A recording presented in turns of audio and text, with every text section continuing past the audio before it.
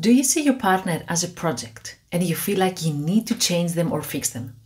Or do you feel like your relationship needs to be an evergreen source of happiness where there's no place for conflict? And when this happens, you think that there's something wrong with it. Well, there's a high chance that you are a perfectionist in your relationship. Welcome to Anti-Loneliness, the channel where we learn about relationships, perfectionism, anxiety, and mental health. Don't forget to subscribe and click on the bell so that you don't miss any of our videos. You probably have heard about perfectionism and its most common traits: attention to detail, unrelenting standards, wanting to be prepared for all cases, fear of failure and mistakes, and generally the feeling that we are not enough and we need to strive for more. And you probably think that perfectionism applies only to work or work-related tasks, trying to be a better employee, manager, student, whatever. However, as we said before, perfectionism is a mindset. And if you have a perfectionistic mindset, it's really hard to live your personal life out of it. You either have it or you don't. Therefore, your relationships may be affected by this mentality. And unfortunately, this means that they are not as fun as they used to be in the beginning if perfectionism prevails in them. So, in order to understand perfectionism in relationships better, let's focus on romantic relationships and what are the common beliefs or behaviors of someone who is a perfectionist in their relationship. And we will also focus on what to do in order to have less perfectionist and more fun in relationships. You don't need to have all the characteristics and features that we will mention next. These are just some indicative traits so that you can understand how perfectionism is expressed in your relationship with your partner. So first one, what it means if you are expecting yourself to be a perfect partner. That's one category about perfectionism in relationships. You want the honeymoon to last forever. You try to please your partner and to guess their needs and have them met before they even voice them. After the fight, you're worried that maybe they will change their mind about you or about the relationship, or you view conflict as a failure in total. You work really hard in order to make the relationship work. You place a lot of expectations and a lot of roles on yourself, and you exhaust yourself trying to meet them. You're hypervigilant and blaming yourself a lot, always looking for mistakes and what you could have done better. You maximize and overanalyze the significance of small setbacks in your relationships. You have a lot of shoulds and musts and rules and theories how to be a perfect partner. You're hiding your relationship issues even from your closest friends or family, trying to preserve this perfect facade of a happy, perfect relationship. So that's one category. This is what it means for you if you're expecting yourself to be a perfect partner. You see that this is exhaustive. You're always scanning yourself, trying to see what you could have done better or whether you're not meeting expectations, and you're feeling that you're failing your partner or you're failing this idea of being the perfect partner. Now let's see what it means if you are expecting your partner to be perfect. This is also another side of perfectionism in relationships. You fall in love with an illusion, not with a real person. So you place them on a pedestal and you're falling in love with your perfect image. You expect them to know what you need without you having to tell them, because this is what a perfect partner would do. You believe that if my partner were the right one, we wouldn't disagree so much. You get easily disappointed with your partner, and especially when they're failing you or when they're making a mistake, or also when they're not as confident all the time. That means that you always have one foot out of the door. You're always ready to leave the relationship because you get very often confirmations that you don't have the perfect partner. When you are together, you want to do everything together because for you that's what it means to be in a perfect relationship. You focus on what you can fix, their habits, their behaviors. You microanalyze, micromanage everything. You cannot focus on the present moment because you always feel that you need to do something. You always need to fix something. You're very strict and judgmental towards your partner's mistakes. You don't allow them sometimes to take the lead or make decisions because you're afraid that they're not gonna fulfill their promises. Sometimes you don't allow them to make decisions or take the lead because you feel that they are not gonna do a perfect job. You don't like negative emotions in a relationship and you try to give a positive vibe at all costs. This is what we say as toxic positivity.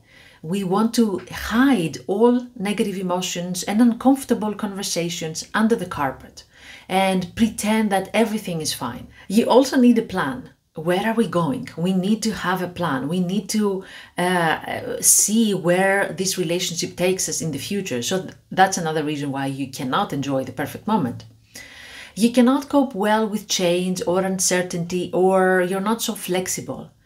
If your partner is making mistakes, you cannot forgive them that easily, and immediately they're failing your expectations. So you see again how this attitude towards mistakes and the perfect idea is so prevalent, and it exhausts you for one more time. So as you can understand, a perfectionist is more easily disappointed in a relationship than other people. And if you are one, you don't allow mistakes, and if they happen, it means more to you than it actually means to others.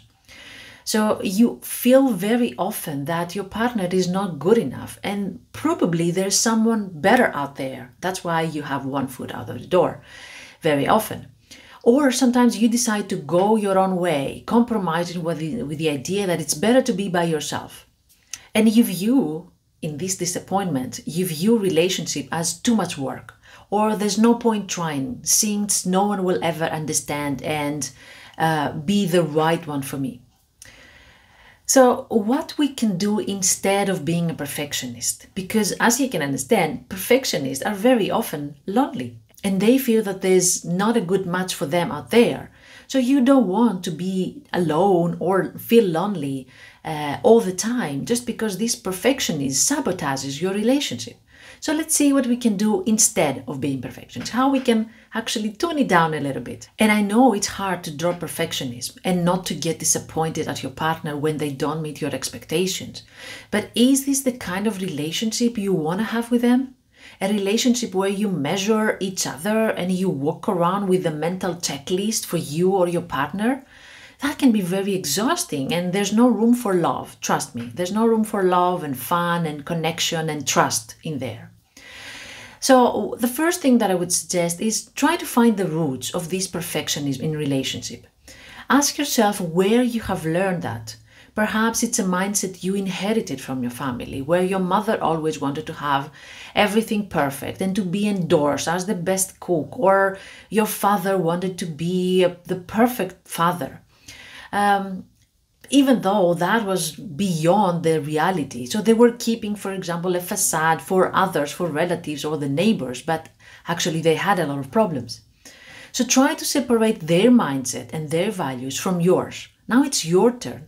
And you want to be honest and transparent with your relationships and to focus on what's important instead of what people think, or instead of focusing on the ideal and not feasible image of a relationship. Also, remind yourself of the cost of perfectionism. If you're looking for a perfect partner, probably you're going to be looking for a long time.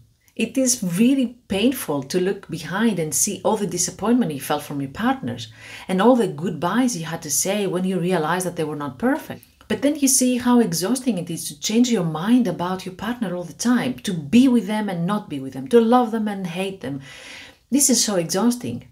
And it's even sadder to realize only later that there were many beautiful moments, many opportunities for growth, and many healthy and positive features in your partner. But you miss them. So, next one, practice acceptance. In this tiny moment where you feel disappointment with yourself or with your partner, there is the chance to practice empathy, compassion, humility, understanding instead of perfectionism. See them as another human being who is imperfect like all of us. And instead of disconnecting from them and starting to think that this is not the relationship that suits you, approach them with vulnerability and curiosity. Ask each other questions, explore possibilities, go deeper. It's very easy to label one person, but it's more useful to try to understand why they're behaving like that and whether this is important for your relationship or not. Also, connect with your real needs. Perfection is not a real need. We are not born seeking for perfection. This is something that we learn later on. Perfectionism is how you cope when you need safety. Is there another way you can bring safety in the relationship? What is it that you fear about at that moment? What is it that you want? You want more connection, trust, understanding, validation. These are the needs that you need to meet and not perfectionism. This is what we need most in relationship, and this is where you need to focus and build it together with your partner, not alone. Also remind yourself of healthy relationship qualities. Healthy relationships practice acceptance, not perfectionism. There is a lot of trust, awareness, forgiveness, compassion, honesty, communication, and most importantly, vulnerability in healthy relationships. And it's so liberating and wonderful when we can be accepting and imperfect together. So that was it. Try to understand how you are a perfectionist in your relationship, or whether you're trying to find the perfect partner or make your partner perfect. Try to see what kind of behaviors or what kind of thoughts are in your relationship and sabotage you from enjoying it and seeing it grow. And when you see that, try to practice more acceptance and all the tips that we said before. And let me know how it goes. I know it's hard, but it's really worth it because you don't have to change every time, partners looking for perfect and being all the time half committed, half hearted in a relationship. There's no fun in there. Let me know how it goes in the comments or send me an email. And if you want to see more videos about perfectionism and relationship and mental health, don't forget to subscribe and click on the bell so that you don't miss any new video that we upload every week. Also, don't forget to get your free guide, How Much of a Perfectionist You Are. That will help you to understand what are your features of perfectionism so that when you're more aware, you can be more in control of whether you want to be a perfectionist, a strong perfectionist, or you want to be a healthy perfectionist. So make sure you grab your free guide and you understand more about perfectionism. That will be a fantastic help for you and your relationship. Also, make sure that you check Anti-Loneliness Academy, where we have a lot of workshops and webinars on perfectionism, relationships, and probably you're going to find something there that suits you. Thank you very much for watching. See you next time in our next video. Take good care of yourself.